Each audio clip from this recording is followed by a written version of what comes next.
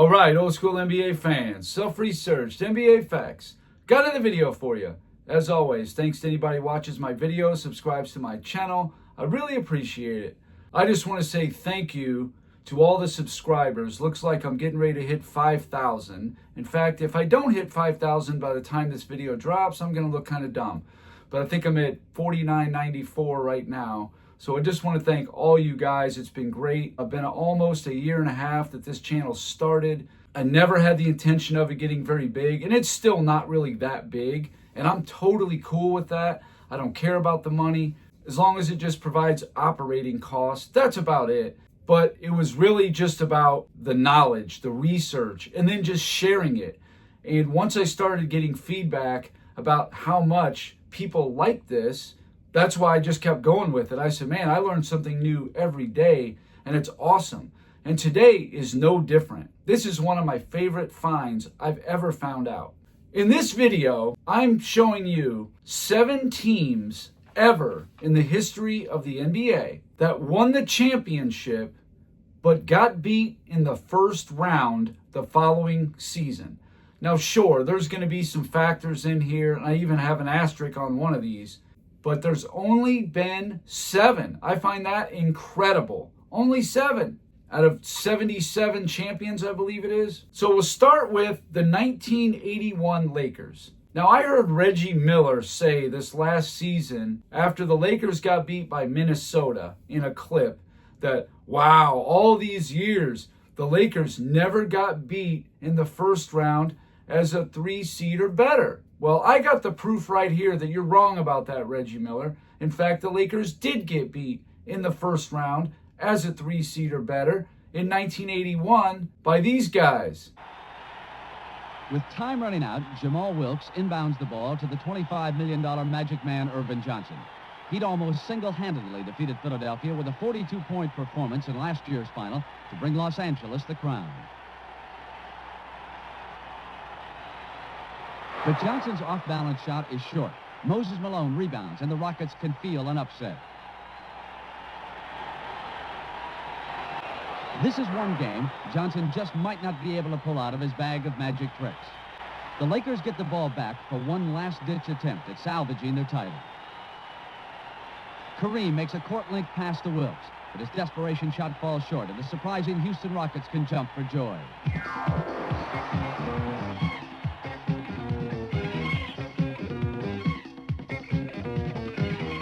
It was a best-of-3 series. Kind of crazy how they did it back then. But I did a couple videos the last couple days that touched on Kareem Abdul-Jabbar a little bit. And this is another one of those that it's like, well, all you Kareem guys, where are you at? Why'd he get beat in 1981 versus a 40-win Houston team? I know they got Moses Malone. You got Magic Johnson, Michael Cooper, Jamal Wilkes on your team. What happened? Moses outplayed you. That's what happened. It came down to that. Now, they came right back again next year in 1982 and won it. So this definitely provided motivation. They couldn't take anyone lightly. But Houston also went on a run. They didn't just beat the Lakers. They then beat the 2-seed San Antonio Spurs, who was a 52 and 30 win team. The Lakers were 54 and 28, I believe. That's pretty good for a 40-win team to do. And then in the conference finals, they beat Kansas City, who also made a couple upsets. And then Houston took care of them, and they got all the way to Game 6 of the NBA Finals as a 40-win team. A very impressive run. That was the first time it ever happened. The next time it happened was in 1984. The Philadelphia 76ers, coming off that amazing season in 83, where they swept the Lakers in the finals. And then the next season was hurting and aging, and with Malone's knees aching, there was some question about them standing the test of time. Not to worry, these were champions. They knew how to win, and the Nets were just kids. With this basket, Mo Cheeks, who had a brilliant series, put the Sixers up by 7 with 7 minutes to play. It seemed all but over, and Albeck needed something, anything, to avert the inevitable. But led by the resurgent Michael Ray Richardson, the Nets climbed back. Michael Ray was the driving force. And it was the veteran Sixers who uncharacteristically turned the ball over. When Albert King tapped in his Otis Birdsong rebound, he sent the Sixers home for the summer. An amazing achievement, dethroning the defending NBA champions, beating them 3 times on their home court. Yeah, it seemed like that Malone had some knee issues and maybe Dr. J had lost a step or something, but I see those as excuses. The Nets were a young, up-and-coming team. They had nice players like Buck Williams, Otis Birdsong, Michael Ray Richardson, Mike Jaminski. This was a very good young team. Michael Ray Richardson was easily headed to the Hall of Fame if he didn't do what he did with drugs and he had some injury issues. But this guy was an awesome player. The Nets beat him in 5. All 3 wins were on Philly's home floor. The next time it happened wasn't until 2000 when the San Antonio Spurs, coming off their championship in '99, they got beat in the first round by Phoenix in 4 games, 3-1. But it comes with an asterisk because Tim Duncan was injured and didn't play. But the Suns beating the Spurs without Duncan, it really wasn't the same thing because he was clearly the best player. Didn't happen again until 2007. Miami Heat were the defending champions in 2006. In 2007, they were the 5 seed. They had a pretty lackluster season considering how great Shaq is. Just did a video a couple days ago about people just going nuts about, oh, he had Shaq, Kobe had Shaq. Oh my God, he had Shaq. Shaq won the finals MVPs because he went up against an old Mutombo, an old Rick Smits, and Todd McAuliffe. That's why he won the finals MVPs. It was just too easy for him to score on those guys because of how big he was, and he was allowed to push people around. Period. That's what it was. But Shaq defending this title with Dwayne Wade in 2007, they played the Chicago Bulls. This is just a 4-5 matchup. Boy, Shaq, the big fella, getting ready for this one. D. Wade, no team, by the way, has ever come back 3 down. Down 3 in the best of 7 series. In the Heat, they come out strong. Udonis Haslem for the alley-oop slam. Miami up by 5. Antoine Walker beats the buzzer. That gives the Heat a 5-point advantage. Second quarter now. D. Wade finds Shaq under the basket. Yeah, absolutely. You got to get him involved early and often. Scottie Pippen taking in some of the action right there. Bulls, though, they're going to fight back. Kirk Heinrich dreams the triple. We're tied at 36. Final seconds of the half. D. Wade, he's working towards the basket. He finishes, plus the foul. You can count it. That's the D. Wade that I know. Yeah, a little bounce in his step, feeling young and spry, but again, just was not there for 4 quarters. Where do we move to the 4th here? D. Wade finds Jason Capono. We saw him in Las Vegas. Knocked down a couple threes. Gets one right there. Yeah, the 3-point champion doing what he's supposed to be doing. More from the Bulls. Ben Wallace in there for the tip. Chicago with a 3-point advantage. Another backbreaker right here. Miami, it's D. Wade, right elbow. Finds no one. Instead, it's Luol Deng. Taking it by himself to the basket.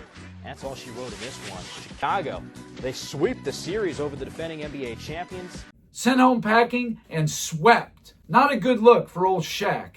The next time it happened, and this one actually cracks me up, 2012, the Dallas Mavericks, that great run they went on in 2011, yeah, well, they got swept in the first round by OKC. So it truly was a one-year wonder.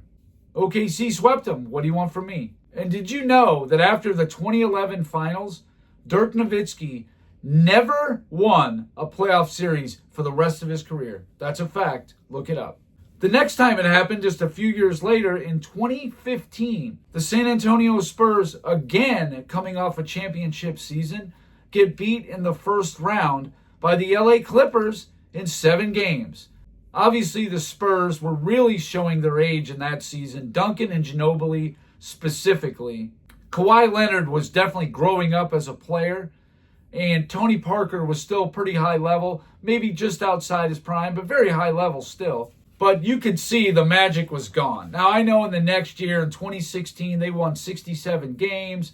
But the magic was really gone. San Antonio in the finals, we haven't seen it since 2014. Just as a little nugget of information, 2 of the teams that beat LeBron James in the finals, the next season, 2 of them got beat in the first round. Take that for what it's worth. I find that kind of funny. You're not going to find any of the teams that beat Jordan in the finals on here. Oh, wait. he didn't lose in the finals. But speaking of LeBron James, 2020, the Lakers, they win their Disney Bubblegum Orlando Bubble Oktoberfest Championship. Then come in 2021, they play in the Phoenix Suns in the first round. Now, the LeBron supporters are going to say, well, Phoenix was the 2 seed, Lakers were only the 7. Well, I don't even think seeding matters anymore in the last 7-8 years. I really don't. The way load managing and injuries go, you don't really know who's good and who's not. But even still, why is the GOAT a 7 seed the year after winning a championship? We're not talking about a good player or a Hall of Famer. We're talking about the GOAT. Why is the GOAT a 7 seed the year after winning a championship? I'm all ears. Let me hear. Let her rip in the comments. Well, he had Anthony Davis for most of this series. The Lakers were actually up 2-1 in this series. But then things quickly unraveled, and LeBron does what he does best, lose 3 in a row. And this was no different. Galloping the other way into the defense of Bridges, knocked away by Booker and put back up and in by Contavious Caldwell-Pope. How they've gotten back into this game. Chris Paul into Schroeder with the hesitation and the spinner. Paul again puts it down. Paul and Schroeder. Chris Paul grinding away. Bridges corner 3. Good! Big shot by Mikal Bridges. Gets them in their sets. Gets a good shot attempt every time. Big shot by Chris Paul. What a stroke. He's come out and had a terrific fourth quarter. Rebound claimed inside by Schroeder. Caldwell-Pope tapped it. 3 on the fly. LeBron off. Oh! Parachuting in.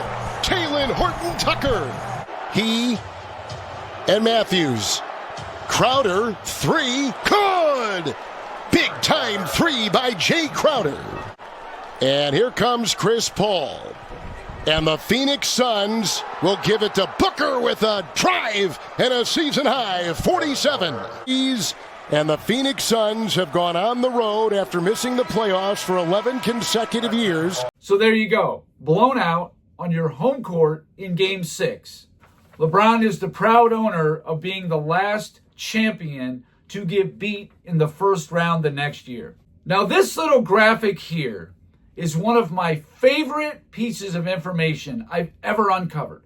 And I can't believe I've never heard this. This is awesome. Here you go. Tell me, what do these 2 teams have in common? The 1970 Celtics and the 1999 Bulls. The 1970 Celtics were 34-48. They missed the playoffs. They were world champions the year before in 1969. The Chicago Bulls won the championship in 1998, obviously the three-peat and all that. The next year, they were 13-37 in 1999. These are the only 2 teams in the history of the NBA to win a championship and fail to make the playoffs the following season. That's it. Just those 2. But what do they have in common? I'm sure most of you know already. But I find this hilarious. All you people say, oh man, why do you got Bill Russell so high? Well, maybe because Bill Russell at 35 years old retired. And the next year, they couldn't even make the playoffs. They lost Bill Russell and Sam Jones, who was aging quickly. His numbers were dipping hard. They had the entire team back with the addition of JoJo White, who's a Hall of Fame guard who took the spot of Hall of Famer Sam Jones, an old Sam Jones. Bill Russell in 1969 averaged 9.9 points per game. I never hear the end of it. Oh my God, Bill Russell averaged 9.9. How is this guy the second best player? Okay. They had a center by the name of Hank Finkel. He averaged 9.7 points per game. Right there with Russell. So you replace Sam Jones very adequately with JoJo White. You replace Bill Russell with a guy who's getting you the same points per game because that's all that you guys can talk about is points per game. Explain how they got 14 games worse and missed the playoffs. They're world champions in 69 with Bill Russell. Without him, they're missing the playoffs. Go ahead. And then the 1999 Bulls, I realized it was Luke Longley, Steve Kerr, Scottie Pippen, Dennis Rodman, and Michael Jordan that left the Bulls. I get it. It's not just Jordan. I'm sure if just Jordan left, the team probably would have been a 48, 50 win team, whatever. Probably. Even though they were getting older and Rodman really couldn't be contained anymore as he tried with the Mavericks and the Lakers and all that business. It wasn't working anymore with Rodman. He was just done. And Longley got hurt, and he was done, I think, for his career, basically. But the fact that the year after Bill Russell and Michael Jordan retired, essentially, I know Jordan came back with the Wizards and all that, but talking about with the Bulls, the year after those two guys retired is the only two instances in NBA history where a world champion failed to make the playoffs. I find that incredible. So anyway, that's all I got for this video. Thank you guys so much. 5,000 subscribers. Man, that's wow. Like I said, I never planned on being a big channel. I didn't think I'd ever get 5,000 subscribers because I really am not trying to. I don't cover the modern NBA, and I don't cover current events. And I know channels that do get a lot more attention. If you cover Bronny James and Caitlin Clark and what color purse is LeBron wearing today, you're going to get a lot more views. That's what people want to know about. But I made it quite clear, I don't care about any of that stuff. This is an NBA history channel, period.